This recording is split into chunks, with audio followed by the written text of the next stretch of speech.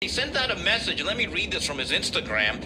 I know this news may be disappointing to some of my fans, but I am announcing today that I am withdrawing from my July 9th fight. At this time, it is important to manage my health and well-being. I've decided to take some time off to focus on becoming a stronger version of myself. Your thoughts? Big Okay, Mario. Let it go. Look, you know what's just is it me or and maybe I wasn't paying attention or It's not you. all right. not you. No, but like, I know we're a little older, but I never heard of like quote mental health issues until like recently, right? When we were growing up, did you ever hear that phrase?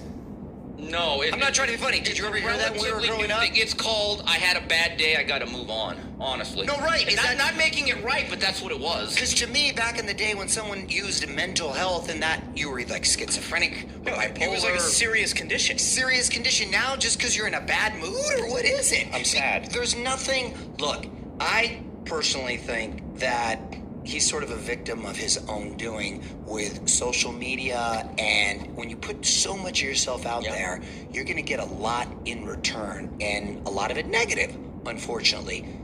How you deal with it, how you handle it, is going to determine a lot and show your strength or lack thereof as far as character. And when you're fighting, and it's an individual sport, and you're vulnerable in there, and it's just as much psychological as it is physical, you gotta have your act together, and you gotta be tough, and I mean mentally tough. I don't know if and with the outside drama and the baby mamas and all that, maybe it did catch up with him, and he's like has a little bit of a nervous breakdown. I don't know if that's quote a mental health issue. I just think that, you know what, that's a lot on your plate. For example, and I'm not comparing him, but who he wanted to fight, coincidentally, Manny Pacquiao. That dude thrives on having a lot on his plate. He takes care of like 20 people at the same time. He's a senator in his homeland. He also is putting out albums, doing movies. He's like doing all these different, and yet still trains and he runs a basketball league. He was in a basketball league. I mean, that guy multitasks more. If anyone would have a quote mental health breakdown or whatever, you would figure it'd be a guy like him. But he's handling so much. So it really is about the individual, whatever the case may be. Who knows what he's really dealing with. He did put Golden Boy in a bad situation because Dazn is not happy. They were questioning the legitimacy of it. But look, you can't. Those are the words of Mr. Kim and Mario Lopez. You know, of course, Steve Kim and Mario Lopez, they do have a podcast together. And they were speaking about the mental health issues that all of a sudden came upon Ryan Garcia. Now, you know, this podcast was very interesting, and Slater, Mario Lopez, brought up some good key points. And it was simply this: how many other fighters have you seen? I mean, in the past or whatnot, have used mental illness, mental health issues. Think about it. You had Mike Tyson, he was on coke. You had De La Hoya, he was on coke. Right? Pernell Whitaker, he was on coke. Julio Cesar Chavez was on coke. Weed, drugs, alcohol. His son was on coke too.